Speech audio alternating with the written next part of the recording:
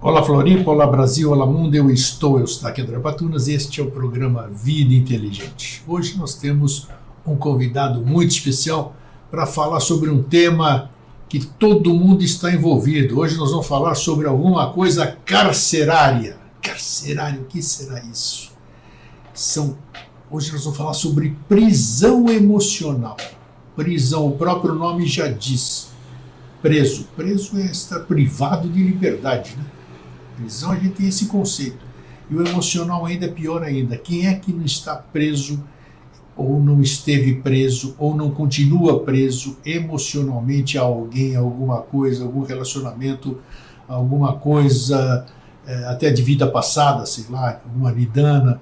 Não sei, vamos desenvolver isso hoje, porque muita gente reclama e todos nós temos isso, e é bom que a gente aborde isso no Vida Inteligente. São assuntos que geralmente não são abordados em palestras, em pequenos círculos fechados aí, mas assim, aberto ao público, para que você possa acessar isso a qualquer hora e desenvolver com os seus amigos, com o seu grupo, com o seu departamento, com os seus estudos. Isso é muito importante, é isso que a gente vem fazendo.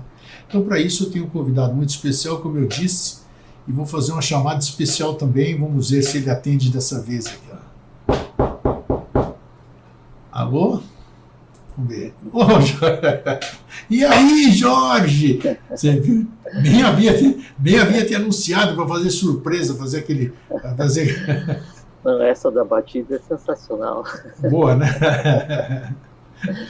É legal para você fazer. Você está me ouvindo bem? Porque muita gente às vezes se queixam que eu estou falando baixinho agora com fone de ouvido, isso, para que a gente evite esse eco, que nós já estamos quase que praticamente resolvido, né? Então, tá aí. Mas me diz aí, como é que você está? A cento e tantos por cento.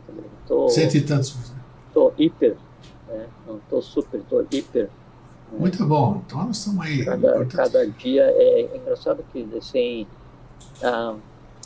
esse momento que a gente está passando no mundo. Sim. E a maneira como a vida tem acontecido, e as oportunidades de aprender, de estudar, assim, oportunidade em vigília, oportunidade em sonho, é como se cada dia fosse uma vida inteira. Então tá uma coisa assim muito intensa, Ô Jorge, você está falando muito assim... intrigante, Você está falando aí, já falamos sobre esse tema aqui, mas já que você falou nesse instante, em tudo isso aí que a gente está enfrentando já faz tempo, né? Mais de ano, vamos dizer assim, essa questão, parece-me, bom, eu particularmente, você disse que é problema de cada um, né? Coisas que a gente tem que resolver, que é a questão dos sonhos, né?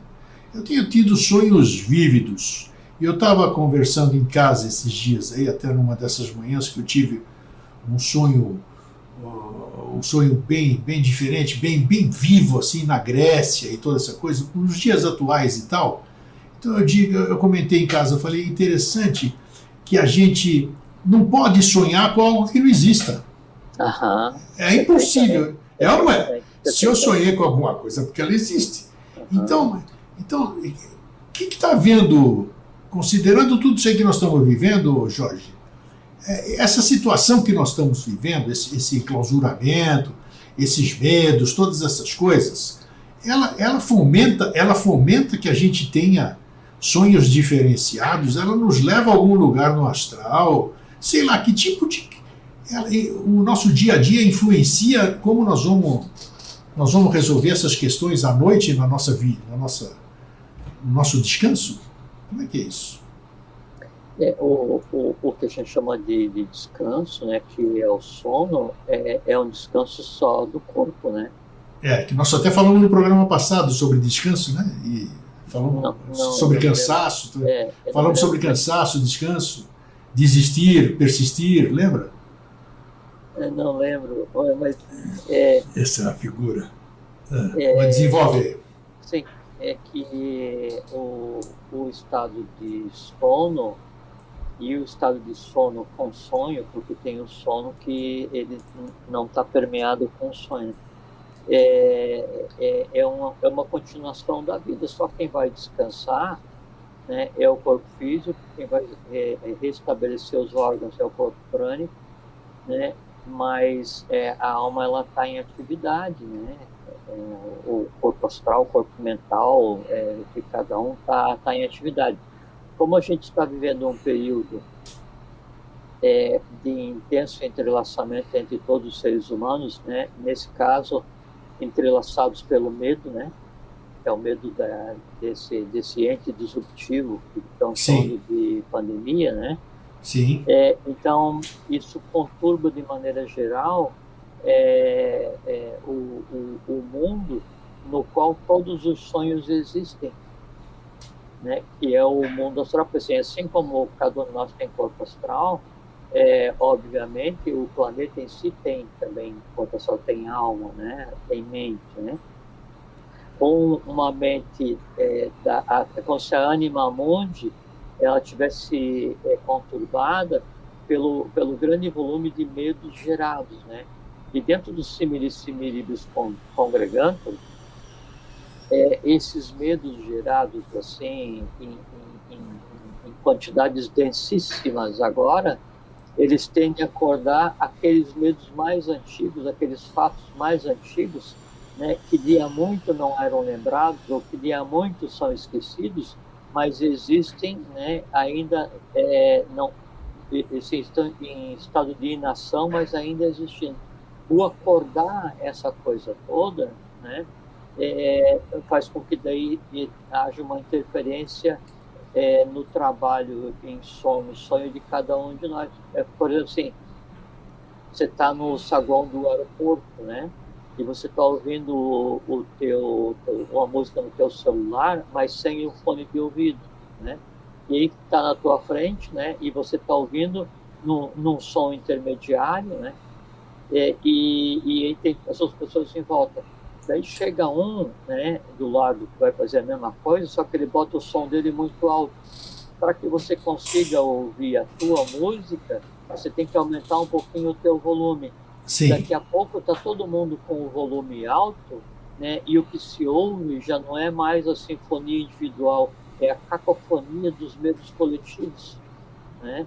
E aí o sonho é isso. Então, por mais imune que você esteja, por mais alto que seja o teu mundo, e que é para onde você vai na hora que você não está em vigília, né?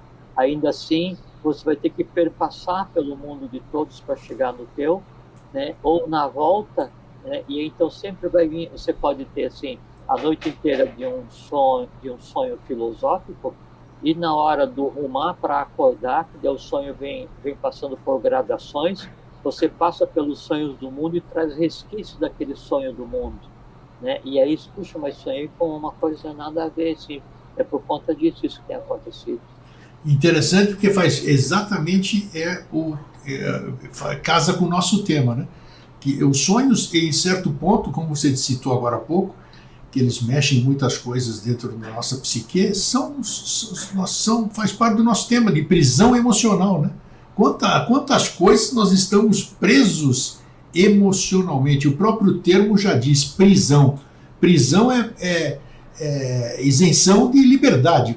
A prisão é uma coisa que a gente não consegue sair, desvencilhar. Como é que... E só encerrando o assunto de sonho, sim, né? Sim. É quando você está vinculado fortemente a uma emoção, mas você está em estado de vigília, então você consegue, ou deveria conseguir, fazer uma contenção a isso, né? Então, mudar de pensamento, não deixar que aquele pensamento, aquela emoção te incomode tanto. Então, você tem medidas, né, para tratar disso. Quando você está em estado de sonho, né, ou de não vigília, aí os processos de seleção mental, eles vão depender do quanto você é senhor do mundo onde você está agora. Porque quando você está no mundo físico, então você é senhor das suas decisões, né? Deveria ser, né? Quando você está no mundo dos sonhos, independente da altura que seja, né? E se você não ser a senhora das suas próprias decisões, aí você passa a ser refém de tudo que ali exista. Por quê? Porque você passa a ser quase um espectador da tua própria vida. Na vida Sim. você pode ser espectador ou ser o ator, né? No sonho, que você não tem controle, você é só espectador, né? Aí você sabe o que está acontecendo, você gostaria que fosse diferente, mas você não toma ação nenhuma para que seja diferente. Então, é a prisão perfeita. A prisão perfeita que é a prisão de alma. Prisão de alma. Desenvolve isso, a prisão de alma. Uhum. Não fisicamente, né? A prisão de alma, assim, vamos supor que você sabe que antes o termo para escravo escravos, né, em Roma, era servos, né? Era o servo, né? Servo era o escravo, né? Depois, quando começou os princípios da democracia, então a palavra servo, ela foi assim, foi feita uma maquiagem, né? E servo era aquele que daí servia o amo, mas ele não era assim, ele não era mais propriedade perfeita daquele que podia comercializar e tal, né? E isso foi indo, e mesmo na época, assim, na Idade Média, né, com o feudalismo, aí então o conceito de servo ainda existia, mas não o conceito de escravo. Quem retoma e quem cria o conceito de escravo aí a própria igreja, porque então teve um período que ela tinha um grande contingente de aprisionados, de servos eslavos, mas numa condição primária que nem em Roma existia, né? E aí então o eslavo passou a ser o sinônimo daquele estado onde a palavra escravo, né? Essa é a origem do escravo, né? E aí a escravidão, ela é de duas maneiras, né? Ou aquela escravidão física, ou é aquela escravidão anímica ou psíquica. Então, assim, ou teu corpo está preso e a tua alma está livre, né? Ou teu corpo está livre, né? Mas a tua alma está presa. Presa por quem? Por aqueles os quais você deixou que a aprisionasse. Mas isso pode vir, vamos falar, de outras vidas também ou não? Ou as prisões, as emocionais, emoção vai para outro plano também ou não? Quando você vai, você leva junto? Você leva junto? A alma, né, Sim. que é o que vai passar pelo processo de sublimação, e a coisa que a gente tem conversado assim, extensamente a respeito, ela é formada pelo quê? Pelas emoções e pelo conhecimento. Sim. Eu vou diminuir a luz aqui um pouco. Vai falando. Sim. Então, quando a gente fala em vida passada, emoção passada, como se houvesse um laço, né? Como se houvesse uma separação entre um e outro, né? Mas não é uma separação, é um contínuo, né? Porque o que é gerado, ele precisa ser compreendido e tem que ser vivificado, sendo compreendido ou não, até que um dia seja sublimado e transformado. Então, é um conjunto, sabe? É uma corrida de revezamento, sabe? Muda quem está correndo, mas o bastão, que é a essência da coisa, ele passa de mão em mão, sendo ele mesmo, né? Então não tem... Então a coisa é mais complicada do que a gente pensa, então, porque... A coisa ela é simples, né? O complexo que abraça o com é tudo, né? Quando você quer pegar a coisa toda sem compreender primeiro as partes, né? Então, a maneira mais adequada de se compreender a vida de cada um e a vida de todos é como um contínuo. Existe um grupo humanidade, dentro desse grupo existem indivíduos que têm uma parte própria, que é a persona, e que tem uma parte da própria humanidade e uma parte do conjunto geral. E isso se move junto para tentar se resolver, se equacionar. Mas isso é a vida, né? Veja só, então, as prisões, as ligações emocionais que a gente tem, que a gente chama de prisões, há uma série de coisas, né? Pessoas, como eu disse no começo, pessoas, coisas, relacionamentos. Isso já é complicado aqui, nesse mundo físico. Se a gente ainda traz coisas, se isso eu posso trazer coisas, se eu tenho Veja quantos temas de programas que a gente já falou estão tratando aqui hoje. Nossa, eu estou vendo tudo aqui. Família, tudo isso aqui. Estou numa família que eu tenho resgates nessa família, uma série de coisas. Então, quer dizer, já tem coisa emocional com essa turma que está comigo hoje. Todo mundo da sua família. Então, se aliado a isso, você então, na verdade, isso que eu quero esclarecer, na verdade a prisão emocional, ela vem, não é ela vem desde que você tem alguma coisa. É um contínuo, é isso que eu queria falar. Isso aí. Porque a relação familiar, o ente, né, o sobrenome no qual você escolheu nascer, a contraparte que você vai encontrar ao longo da tua vida, ou mais, não importa, os filhos que venham a ter, todo esse entrelaçamento é karma. Não é? Aí sim, e o que eu trago das emoções que eu cultivei em outras experiências que eu tive? Tendências, né? Aí são tendências positivas e negativas, nidanas ou skanas. Então são tendências. O que são as tendências? É o suco, é o resumo, né, daquilo que determinou o meu caráter, que determinou a minha alma, que determinou a minha existência, que é o quê? É a criação de emoções e o meu embate com essas emoções, né? E as ações decorrentes dessas emoções, isso é que deriva e que define, né, o quanto eu me mantenho em Dharma, né, ou em Adharma, né, que assim, neutro, karma positivo ou karma negativo, né? Dharma, que é a lei, né? Adharma ou Adharma, tanto faz. Então veja, quando a gente fala de emoção, né? Emoção é uma coisa que a gente já explorou bem nos nossos programas anteriores, mas é uma coisa que ainda tem que aprofundar mais, porque é uma coisa que... Emoção é um conceito muito interessante, sabe, grego? Primeiro, assim, etimologicamente, né, emoção é emotiones, né, do latim. E daí ele é formado de dois conjuntos, né? O E, né? O E desde alguma coisa. Então, assim, quando eu vou de um lugar para o outro, então eu vim de lá, desde lá até aqui, esse é o E, né? E o segundo elemento é o movere, que é mover. Então, emoção é aquilo que move você para algum lugar ou para alguma coisa. E aí vem um conceito muito intrigante. E daí, fazendo uma conversa inicial dessa nossa conversa, sim, a razão de a gente conversar é tentar fornecer elementos, né, para que daí cada um possa, por conta própria, pensar, discernir, descobrir a sua própria mecânica de vida, a sua própria mecânica de alma, como é que a coisa funciona, né? E aí, esse é o sentido, esse é o objetivo da conversa. E por que eu digo isso? Porque para a gente compreender o que é emoção, e é uma coisa muito interessante, porque assim, quando a pessoa está amando alguém, está apaixonada por alguém, vamos usar o termo amando, né?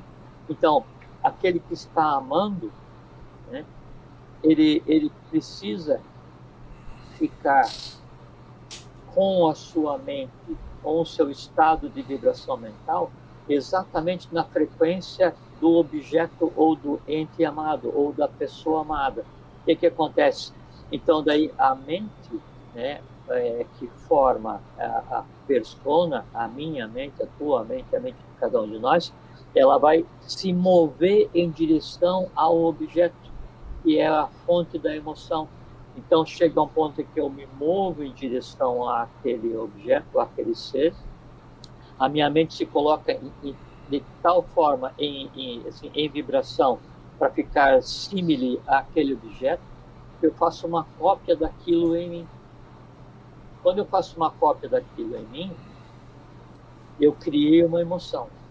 Bom, uma coisa que é importante dizer, assim, a emoção, ela nunca te aprisiona no momento em que ela é criada, né? No momento que ela é criada, ela está sendo sentida, né?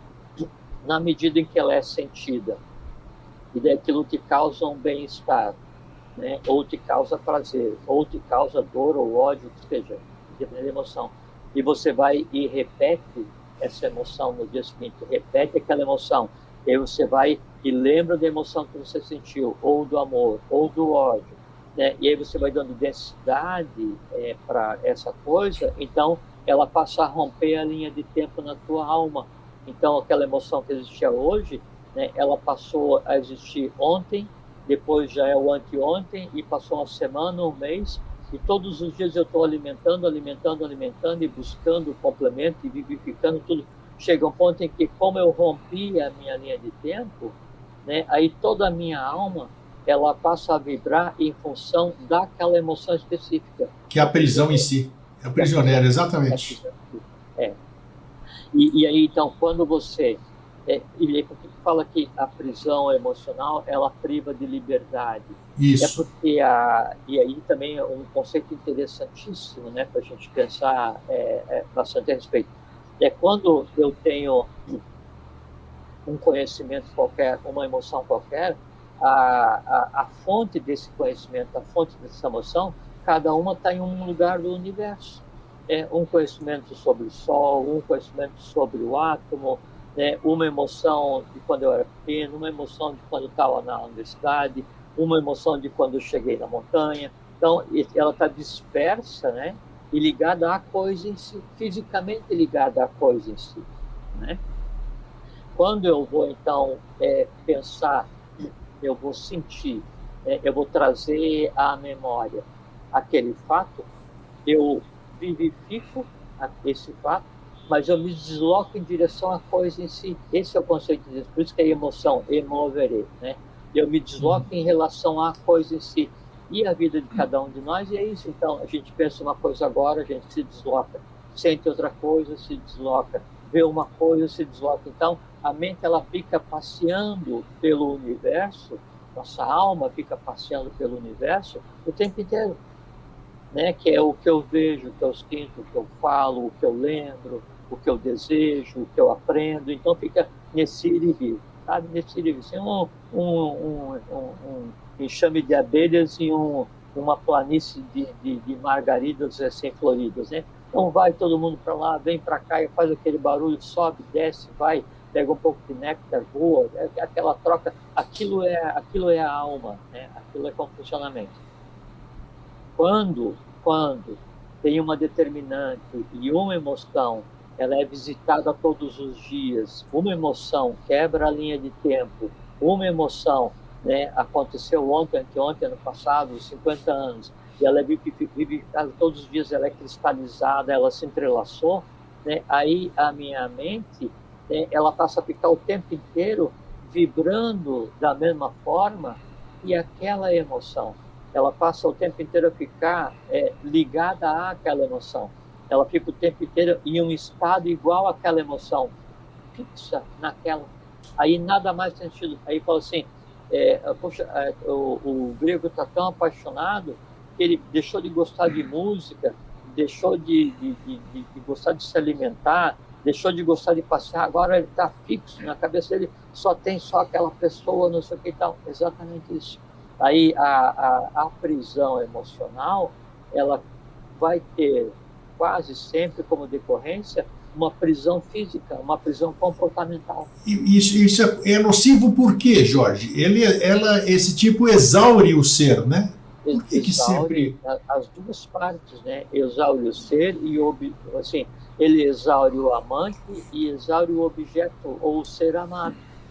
Por quê? Porque ao invés de ser essa coisa vivificante, que é você andar por todas as direções, né, do universo, aprendendo, experienciando, errando, corrigindo, contemplando, ouvindo, você passa a focar em uma única coisa. E quanto mais denso é o local onde a tua alma estacionou, mais desgastante é, porque o consumo, a exigência de vitalidade é maior. Chega a um ponto em que daí há um desgaste na alma, porque todas aquelas emoções que existem na alma de cada um, os desejos, as compreensões, não importa o que seja, todas elas precisam ser alimentadas. Sim. Mas há uma determinância para uma emoção. né? Aquela emoção que é o foco da vida naquele momento, né? E aí todas as outras, em não ganhando atenção, em não ficando alimentadas, contribuem para criar um pandemônio astral, né? Então existem como se fossem micro-revoltas, micro-revoluções, né? De cada uma emoção não atendida, de cada uma rotina não compreendida, de cada um conhecimento não buscado, de cada dia não aproveitado, né? E aí, como o exemplo do aeroporto, né? Aí daqui a pouco todas essas emoções, toda essa compreensão não acontecida, ela está com um volume mais alto porque ela está à beira da inanição por não ser alimentada. E aí essa angústia, essa revolta, ela tende a ser compensada exatamente com aquilo que a causa, que é daí então focar mais ainda. Então, por assim, a pessoa está apaixonada por alguém, né? Aí está apaixonada, não deu atenção para o emprego, para a família, não sei o que e tal, aí começa a surgir uma porção de problema. A fuga dos problemas é se apaixonar cada vez mais pelo objeto da paixão. Então gera um ciclo vicioso de revoltas contínuas. E a alma, ela não consegue distribuir de maneira equânime energia a todos, vitalidade a todos, né? E aí então o processo de contenção de revolta de alma, o processo de concentração excessiva de vitalidade em um ponto, né, causa ruptura nos fluxos de vitalidade da própria alma, daí a exaustão. Qual seria então, vamos dizer, qual o processo? Mas é muito fácil a gente se prender, né? Todos nós aqui, em alguma situação, você está falando, você focou no relacionamento, por exemplo, mas temos trabalho, ideologia. Fanatismo, dogmatismo. Exatamente. É a mesma coisa. São tudo, mas puxa vida, como é que o ser humano tem essa. Por que é tudo ao contrário? Ele tem essa facilidade em. Como assim, uma analogia que dá para a gente fazer, é como o preso e o carcereiro. Sim, boa. O preso está preso porque ele agiu contra a lei, ele agiu em adharma. E o carcereiro está preso junto por necessidade, porque aquilo é o trabalho dele. Sim. O preso pode ficar tranquilamente na cela, né, tendo consciência que errou, né, e passando por um processo de sublimação para ser reintegrado à sociedade. Ele cumpre a pena dele de maneira tranquila. Opção A. Opção B, ele se revolta por estar preso e passa a ser ainda mais agressivo contra, e quando sair vai ser pior ainda. Duas opções. O carcereiro, ele pode viver plenamente feliz porque aquilo é o trabalho dele, que é legítimo, que é lícito, né, e é necessário.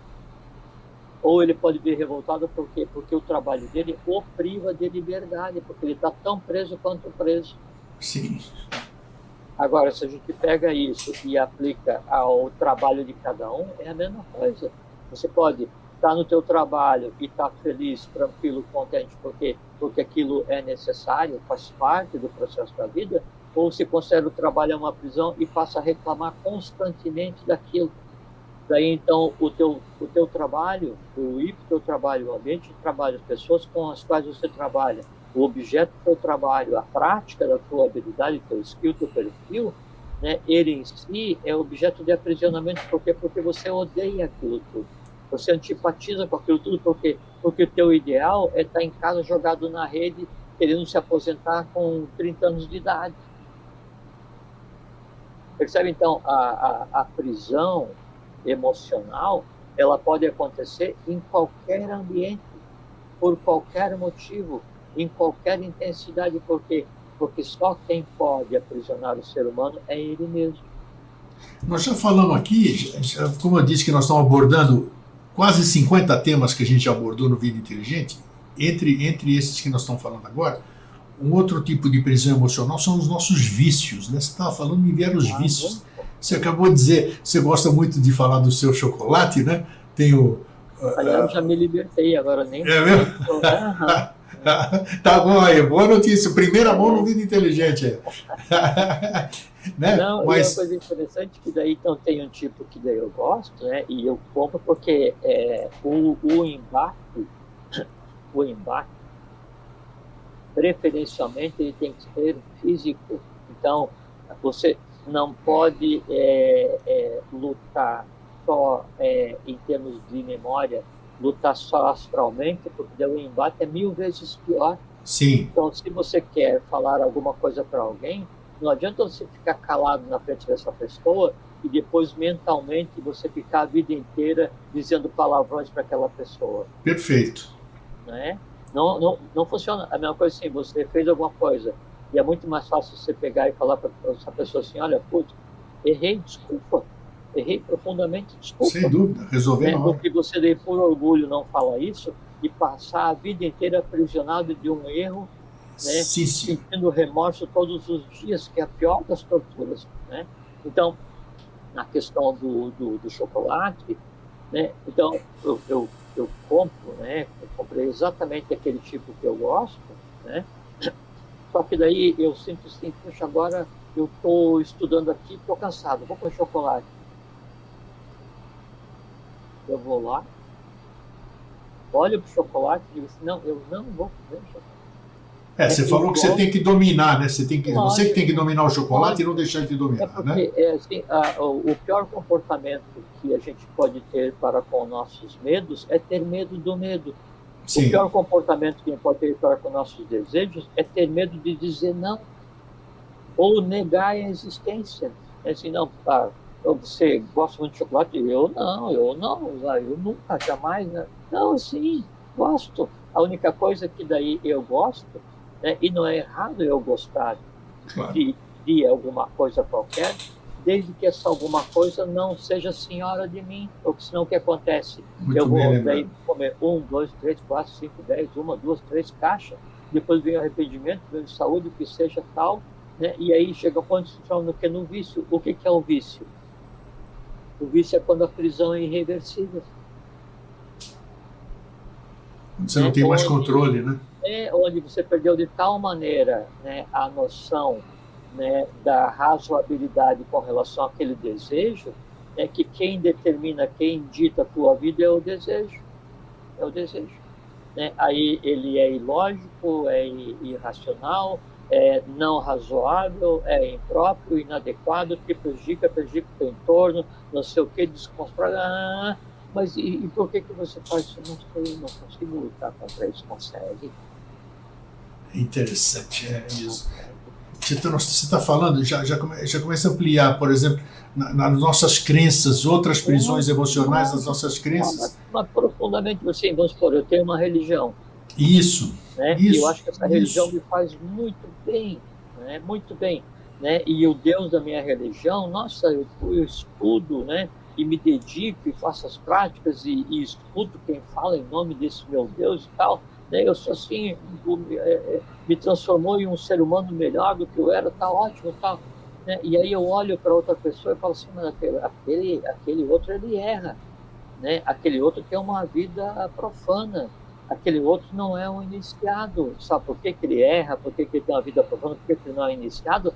Porque ele não segue o meu Deus. Aí chego lá para ele e falo assim, escuta, por que tal você seguir o meu Deus? Porque o meu Deus, olha, eu mudei e tal, eu vou lá no meu local de adoração e rezo, e falo, faço tal. A outra pessoa fala assim, não, eu sou ateu, ou eu sigo um outro Deus.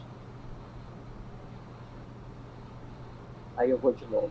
Olha, quem sabe você não segue? Não. Né? Aí quando aquela pessoa erra, segundo o meu conceito, ela errou, porque o Deus dela não é suficiente. Daí eu vou e quero enfiar na cabeça daquela pessoa na amarra, né? O meu Deus. E como tem ela e mais um grupo que segue aquele mesmo Deus, né? E eles são errados, o meu Deus que é perfeito, né? Então todos eles passam a ser inimigos. Por quê? Porque a minha vida é imperfeição. Perfeição, né? Eu vivo em perfeição. E se eu vivo em perfeição, eu sou inimigo de todos que vivem na imperfeição. Só que daí, se eu sou inimigo dos que vivem na imperfeição, eu já passei a ser o pior dos piores. Por quê? Porque eu tenho em mim ódio. Daí o meu Deus é justificativo só para eu odiar os outros.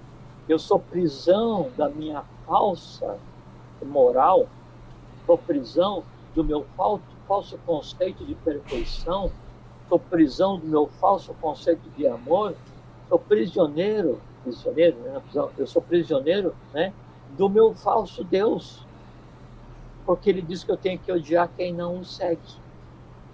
Né? E aí vem a questão, tá, mas foi o teu Deus que falou que você tem que odiar? Ou foi alguém que falou em nome dele e daí você segue loucamente e você vai ter que odiar? Né? Então, fanatismo, dogmatismo, né? Talvez uma das prisões emocionais mais complexas para ser compreendida e que a pessoa, para que a pessoa se liberte, porque ela acha que ela está fazendo o bem. Ela acha que ela segue um ente superior, né? E que daí, então, é como as cruzadas. É justo, né, você ir e matar os outros porque eles acreditam em um Deus diferente do teu? Que Deus é esse? Que Deus é esse? Então, nós estamos aqui, pelo que eu vejo, assim, o desenvolvimento da nossa conversa, a prisão emocional, como eu disse no começo, né, quase só iniciados, vamos dizer, adeptos, acho que nome que eu vou dar, que estão isentos desse tipo de prisão. Você tem assim, Grego, você tem uma camada aqui que seria a racionalidade. Né? Sim. Daí, abaixo da racionalidade, você tem a emoção. Em termos de densidade, quase é assim que funciona, né? Você tem a emoção. E acima da mente concreta, você tem o que seria a abstração, e depois a intuição. Então, assim, em questão de leveza, né? Quanto mais para cima, mais leve, quanto mais para baixo, mais denso. Né? Se o teu caminho é para cima, é libertador. Se o teu caminho é para baixo, é aprisionador. Né? Então, quanto mais a tua vida é dirigida, baseada somente nas emoções ou no que vem dos sentidos, mais prisioneiro você é, mesmo que você jure que não. Né? E daí você acha que as traquinalhas tecnológicas ou a pseudo-liberdade que você tem de corpo físico, né, é equivalente a uma liberdade de alma. E não, você é prisioneiro de quê? Dos teus desejos. Né? E o pior é quando daí essa prisão, ela não dura um dia só, né? Sabe? É tudo que está acontecendo agora. Então, eu desejo, eu quero, né? Eu amo, eu sou apaixonado, eu odeio, eu tenho antipatia, eu não sei o que e tal, né? E aí eu crio hoje, né? E adubo amanhã, e rego depois de amanhã, adubo no outro dia, rego no outro dia e tal, e aquilo vai crescendo, e daí então boa parte da minha linha de vida, né, ela está ligada a um congelamento, a uma cristalização que me torna refém naquele ponto em que ela aconteceu. É como se de lá para frente eu não tivesse vivido. Por quê? Porque eu dediquei a minha vida a alimentar a paixão, né? Ou a alimentar o desejo, ou a alimentar o ódio, ou a alimentar a antipatia, ou. Então, aquilo, assim, se é senhora de tal maneira da alma da persona, do indivíduo, né? Ele não tem mais noção, não tem mais discernimento. Né? E aí a possibilidade, né? Aí, você tá ainda apaixonado por aquela tua contraparte? Não, consegui me libertar. Às vezes a gente usa essa expressão, né? Então, quando está em um relacionamento conflituoso ou um ódio profundo, né? Se não conseguiu me libertar daquele ódio. E todo mundo, você está falando... E todo mundo, você está falando de relacionamento, e todo mundo sabe o quanto como é que se diz, prazeroso você, como foi prazeroso enquanto durou um relacionamento, digamos assim, o quanto é prazeroso você se livrar dessa prisão emocional, né? É impressionante. Nossa, porque a maioria das pessoas se queixa exatamente disso, não conseguir se desvencilhar ou se livrar de pensamentos, de apegos, de uma série de coisas, de lembranças. Agora, a partir de quando você se livra, nossa, é uma... Não, o Grego, assim, a maior, se a gente fosse localizar cronologicamente onde estão ancoradas as grandes prisões emocionais de uma boa parte da humanidade, é na infância ou na relação com a família. Então, assim, não, porque o meu pai e a minha mãe, quando era criança, meu irmão, minha irmã, meu tio, minha amiga, não sei o que tal, ou meu amigo na escola e tal, faziam isso comigo, bullying e tal, eu era ofendido e tal. E daí a pessoa está hoje, né, guardando, né, emoções não resolvidas, né, de 1, 2, 3, 5, 10, 20, 30, 40 anos atrás, né, despendendo a vida de hoje para manter viva em si, por prazer, aquela situação de preso em si mesmo, aquela situação de escravo em si mesmo. É inexplicável. Né? Foi o que você disse no começo, está aqui dentro em algum lugarzinho, mas você não tem coragem de ir lá mexer naquilo, né? E uma hora aflora, né? Uma hora aflora, você vai ter que enfrentar aquilo, né? E é natural, porque assim, qualquer coisa que esteja te aprisionando, ela tem por diretiva básica existir. Sem dúvida. Sobrevivência, como você já falou, o desejo, ele quer sobreviver, né? Ele quer sobreviver. O ódio, ele quer sobreviver. Sim. O ódio mais especializado, mais esperto, mais inteligente, é aquele que odeia profundamente o outro sem desejar a morte do outro, porque se o outro morrer, daí ele, o ódio, não consegue mais se alimentar. Isso. Né? Aí, então a gente tem que partir desse princípio que você está lidando com coisas que você mesmo engendrou.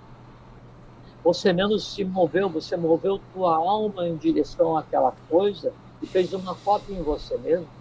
Então, você colocou isso assim, no teu âmago e alimentou e alimenta todos os dias, né? Isso é uma escada. Então, você coloca, você se cria essa emoção aqui, né? E a vida vai andando 1 dia, 2 dias, 3 dias, 4 dias, 5 dias, vai indo 1 ano, 2 anos, 10 anos, vai acontecendo. Aí você quer se livrar, né, daquele trauma, que é uma palavra muito usada, né, de infância que você teve, né? E você daí quer fazer o quê? Fazer de conta que não existe. Fazer de conta que é simples. Não é simples.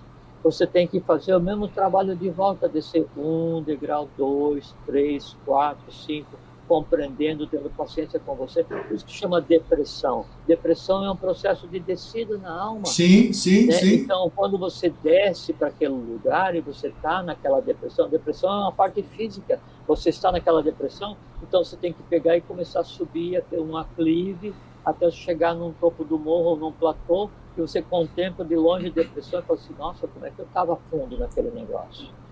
Né? Então, daí tem que ter paciência, compreender, né, que essa prisão ela existe, mas que você que se colocou lá, você que construiu a prisão, você que define o tamanho das grades, você que passa a chave, você que define se você é alimentado todos os dias, você que define se você fica tranquilo, tudo você que define. Por quê? Porque é na tua alma.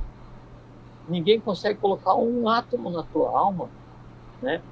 Aí, uma vez você tendo consciência disso, então tá, então agora vamos desconstruir. Né? E aí eu vou desconstruir o quê? A possibilidade de não poder abrir a porta. Então eu vou construir a possibilidade de abrir a porta. Eu mesmo abro a porta. Então eu sei que a prisão existe, eu sei porque ela foi construída, eu sei porque ela é formada, mas eu ganho temporariamente a liberdade. Eu posso sair e andar, né? Mas a prisão ainda está lá. Né? Aí eu vou e desconstruo, é uma prisão sem porta. Eu vou e desconstruo uma parede e a outra. Interessante. Essa prisão ela não mais exista. E daí eu não tenho liberdade temporária, eu tenho liberdade total. Então eu não posso ter medo das coisas. Né? Eu não posso ter medo daquilo que eu mesmo criei. Sabe? Eu não posso ter medo daquilo que me aprisiona, porque é tudo... assim, toda a prisão emocional ela é voluntária. Ninguém me obrigou a ir para esse lugar. Ninguém pediu para que eu me apaixonasse. Ninguém pediu para que eu odiasse. Ninguém pediu para que eu sentisse antipatia ou empatia. Nenhum Deus quer que eu seja um fanático. Nenhuma doutrina quer que eu seja um dogmático. Sim. Né? Ninguém me pede para ser mártir. Aí, na medida em que eu compreendo esse tipo de coisa e eu não tenho medo desse tipo de coisa, eu vou e vou resolver. Aí chega um ponto em, puxa, mas como é que eu vou resolver se não tem mais solução? Eu briguei com meu amigo quando ele era criança e o cara já morreu. Então eu falo assim, putz, amigo, desculpa, pisei na bola contigo e tal. Né? E aí assim, mas eu não acredito que tenha resolvido. Então é o seguinte, tem como você pedir desculpa para ele porque ele já morreu? Não. Tem alguma decorrência daquilo, a não ser o que você guardou na tua alma? Não. Então é o tipo de problema que tem solução por não ter solução. Bom, tá bom. Tá bom, lógico, perfeito. É lógico, né, você ficar sofrendo todos os dias, porque daí você brigou com o teu amigo de infância no segundo ano e não conseguiu mais conversar com ele. É ilógico. Então, na medida em que você começa a aplicar a lógica às emoções, você começa a caminhar em direção à liberdade. Quando você começa a aplicar a abstração em relação à lógica, em relação à abstração, essa liberdade se transforma em asa. Aí você volta a fazer parte daquela colmeia de seres, né? E daí voam pelo universo buscando experiências. Você me lembra, você me fez lembrar, eu acho que eu assisti inclusive no Chile, eu estava em Concepción, no Chile, e estava passando o filme, se eu não me engano, era O Nome da Rosa. Eu não sei se foi O Nome da Rosa ou se era A Missão. Um padre que, para se redimir dos pecados dele, ele amarra no corpo dele um monte de tranqueira. Você não faz ideia, lata, pedra e todo esse negócio, e vai subindo o morro carregando tudo aquilo. Foi muito o nome da roça, não, o nome do outro filme que você falou, como é que é? A Missão. É A Missão. Esse da Missão, é do jesuíta lá. Né? Isso. É um clássico, né? Exatamente, sensacional. Música, tu vê música de Ennio Morricone, Isso. Isso. Então, paraíso, é muito significativo o que ele faz, sabe? Ele leva, olha, eu falo, eu arrepio, é interessante essas coisas aqui, viu? Ele leva tudo aqui, ele consegue chegar lá em cima. E quando ele consegue chegar lá em cima, de onde ele tinha que subir, vamos dizer, ele, apesar de ele ter levado todo aquele peso lá para cima, ele estava livre, vamos dizer. Ele conseguiu chegar lá, ele tomou consciência, pagou o que ele tinha que pagar e se livrou daquilo, sabe? É bem isso que nós estamos falando aqui agora. O corpo funciona como uma armadura para a alma, né? Então Sim. Não adianta você punir o corpo, né, tentando resolver as questões da alma. Então tem o silício, né? Ou aquele negócio com garras que daí com uma cinta você amarra na perna. Você tem algumas ordens, né, ligadas a algumas religiões que daí faz isso como um processo de suplício, né? Flagelo? Autoflagelo, assim, né? O silício é uma forma de autoflagelo. Para daí é uma forma primária, né, de tentar fazer com que o instinto substitua a razão, porque daí a dor é tão intensa, e quando a dor é intensa, aí todas as energias, todas as inteligências instintivas, elas se apoderam do processo decisório para tentar salvar a vida. Isso. Quando você está em risco, né? Quando está em risco, quem está definindo as tuas reações são as reações instintivas. Então, inteligências especializadíssimas, né? Orientadas a salvar a vida do conglomerado. Né? Então, a produção dessa dor constante física, né, faz com que a emoção ceda espaço, a paixão ceda espaço à dor, quando ela deveria ceder espaço à razão. Sim. Então, fez alguma coisa, ou tem um desejo, ou tem um vício. Ao invés de usar a razão, né, para tentar compreender e resolver, sublimar esse processo, parte para o lado oposto, que é a dor. Quando as inteligências instintivas se apoderam das determinantes de vida, né, elas temporariamente, a mãe né, essas prisões emocionais, porque o cérebro ele funciona assim, uma coisa cada vez. Então, o maneotensofáris é um cada vez. Então, não tem como o instinto está tomando conta e a emoção está sendo privilegiada, né? Então, a paixão ela tem que ceder, por exemplo, né? Só que assim, o inundar o corpo com inteligências instintivas, né?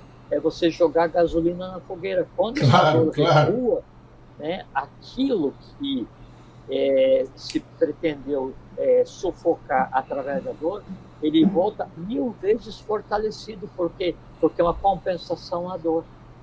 Perfeito. Né? Aí aquele desejo, ou aquele ódio, ou aquela paixão, ou aquele amor, o que seja, ele volta muito mais forte, porque ele é um ponto de fuga.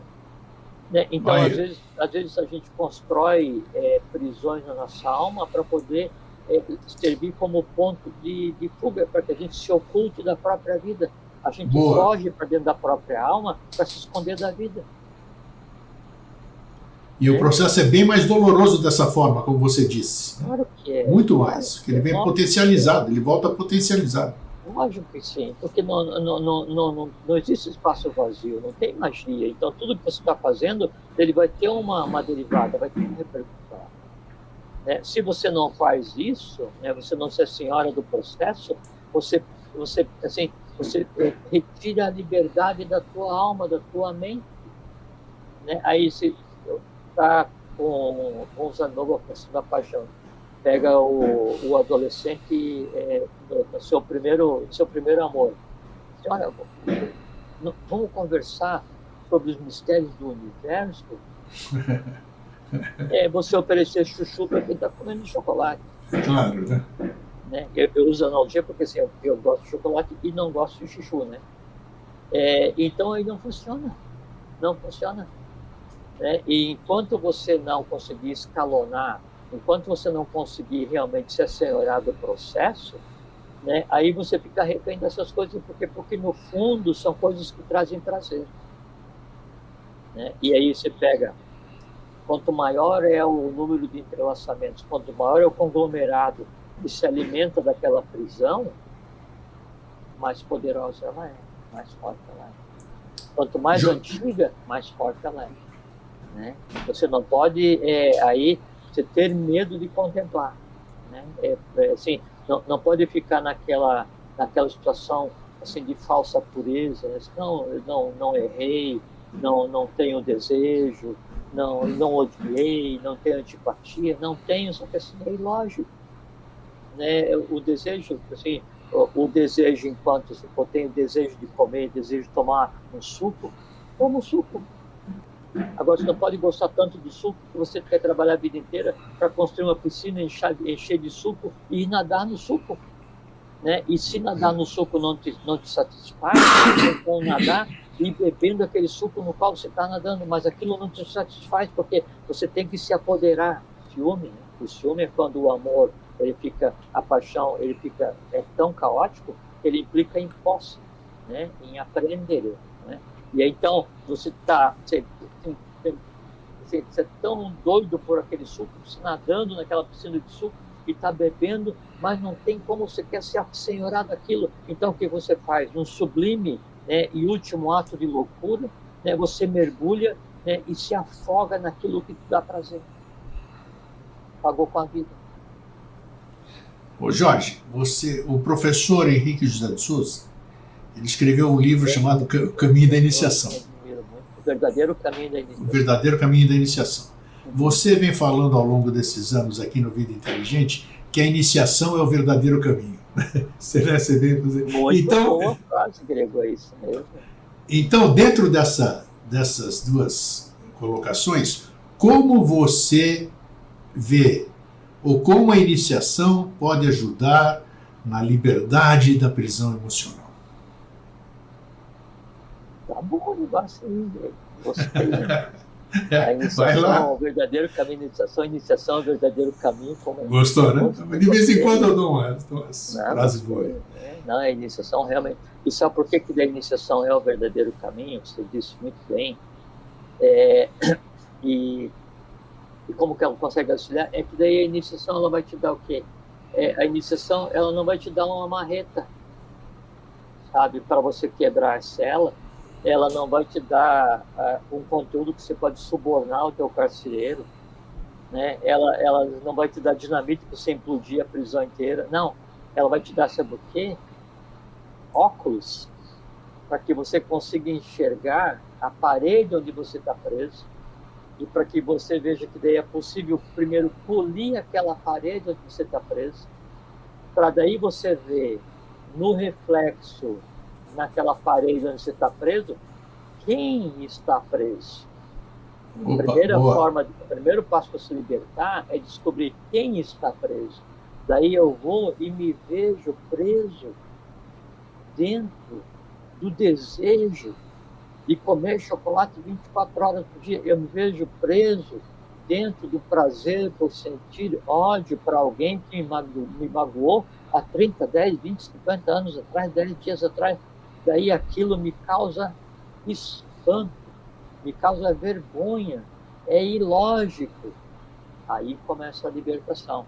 Então a iniciação, ela te dá elementos para que você conheça a você mesmo. Conhece-te a ti mesmo, exatamente. Para que você consiga, então, em conhecendo-se, você compreenda o que te faz, assim, o que te compõe, depois o que te move, né? E aí, então, você vai começar a fazer com que a tua vida seja dirigida não pelos instintos, não pela emoção, mas pela razão, e depois pela intuição.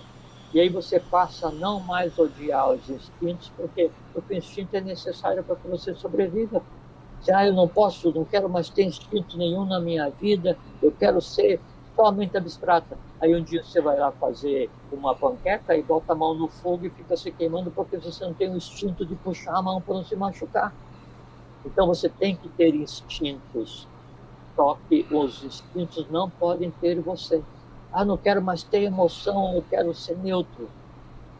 Uma coisa é ser neutro, é ter todas as emoções equilibradas. Outra coisa é não ter emoção. Aí você não tem emoção, você não vai sentir empatia, fraternidade, você não consegue contemplar o mundo, não. Você precisa ter todas as emoções e depois você aplicar a razão às emoções, para quando você aplicar a abstração e a intuição a eles, então você tenha todos os instintos, todas as emoções, todos os conhecimentos harmonizados. É por isso que a iniciação ela é libertadora, porque ela faz com que o ser humano veja o que tem na alma dele, para que ele não precise fugir da sua própria alma. Permite que o ser humano estabeleça de novo um pacto de amizade com si mesmo.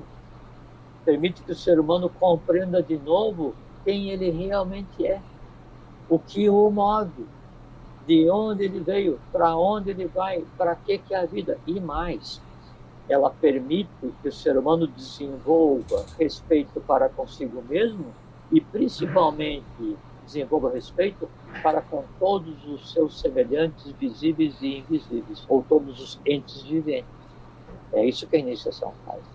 Daí não tem prisão, porque você adquire ou readquire o direito de andar livremente e sem medo, por todos os planos do universo.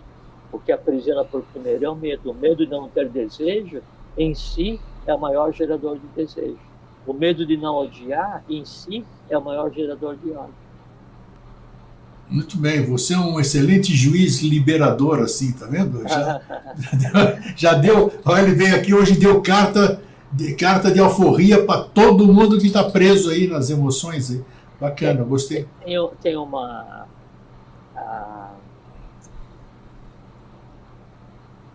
um dos maiores articuladores, assim, é como se a argamassa que constrói a maior parte das prisões do ser humano fosse a memória, né? Sim. Porque você tem na memória aquilo que aconteceu e alimenta e tal e tal. O termo sânscrito para memória é Smriti, S-R-M-I-T, Smriti, né? E a raiz, né, desse termo memória em sânscrito, né, o significado que é fundir, fundir. Né? Então, quando você cria essa memória e alimenta, você está fundindo aquilo à sua própria alma. Né? E como aí fica um processo de fusão consciente, vira uma confusão, porque na alma há que se ter 7 cadinhos distintos para fundir ouro, prata, cobre, mercúrio, ferro, estanho e chumbo. Quando você aprender a lidar com cada um desses 7 elementos, ouro, prata, cobre, mercúrio, ferro, estanho, chumbo, quando você aprende a lidar com cada um desses 7 elementos, então você está pronto para misturá-los alquimicamente. E aí a prisão se transforma em liberdade. Por quê? Porque o chumbo virou ouro. Aí você já é um alquimista. Exatamente. Você, Jorge, muito... da sua própria alma, né? Porque ninguém dá o que não tem. Verdade. É isso. Então, Jorge, muito obrigado mais uma vez. Obrigado a você pela boa conversa. Foi uma boa conversa mesmo. Eu acho que dá para a gente pensar muito, né? Às vezes a gente precisa de elementos, né? Eu preciso me livrar, mas eu não tenho caminho. Então, e aí... Simplificar a vida, né, Grego? Exatamente. A vida, assim, ela não é uma viagem de lazer, é uma viagem de trabalho. Agora, o trabalho, né, ele pode te trazer felicidade, porque você está trabalhando sobre você mesmo. Você está trabalhando sobre a humanidade, trabalhando sobre o universo, ajudando a construir. Então, isso é motivo de felicidade, é motivo de orgulho. Um dia cada vez, enfrentando a vida como a vida deve ser enfrentada, não construindo prisões, não construindo. Você tem que ser um iconoclasta, né? Um quebrador de imagem. Que imagem? Aquelas imagens que você construiu na sua alma e você coloca no pedestal e as odeia todos os dias, como deuses caóticos, né? Um pandemônio interno na alma de cada um. Quando a alma de cada um devia ser o quê? Um panteão, um panteos. Todos os deuses vivendo na minha alma. Paz, harmonia, felicidade, paz, progresso. Tá aí, o pacote está dado aí. Cada um deguste da forma que melhor lhe aprouver. Jorge, meu irmão querido, um fraterno abraço, até a próxima oportunidade. Obrigado, Grego. Um grande fraterno abraço para vocês, para todos. E eu aconselharia que daí aproveitassem a vida de maneira plena, né? E liberdade, ela é sinônimo de plenitude de vida, né? Então, não construam coisas desnecessárias na alma, não precisa, né? Fiquem bem, fiquem em paz, tenham uma boa vida. Obrigado. Um abraço, tchau, tchau. Gente, que coisa boa, né? Ouvir essas coisas, ouvir orientações. A gente precisa de um norte, né? Então é sempre bom ouvir isso aqui. Hoje recebemos uma série de chaves. Cada um pega a sua, vai ver onde é que está, onde estão as suas prisões e vê se a chave abre essas. Mas depois que você abrir isso aqui, não volte mais para aquela prisão. Tenha consciência do que você está fazendo, esqueça, trabalhe aquilo, sublime, para que isso não se repita mais. Os elementos nós temos todos, né? O difícil é tomar iniciativa, o resto vem. Gente, um fraterno abraço, um feliz sempre e até a próxima oportunidade. Tudo de bom.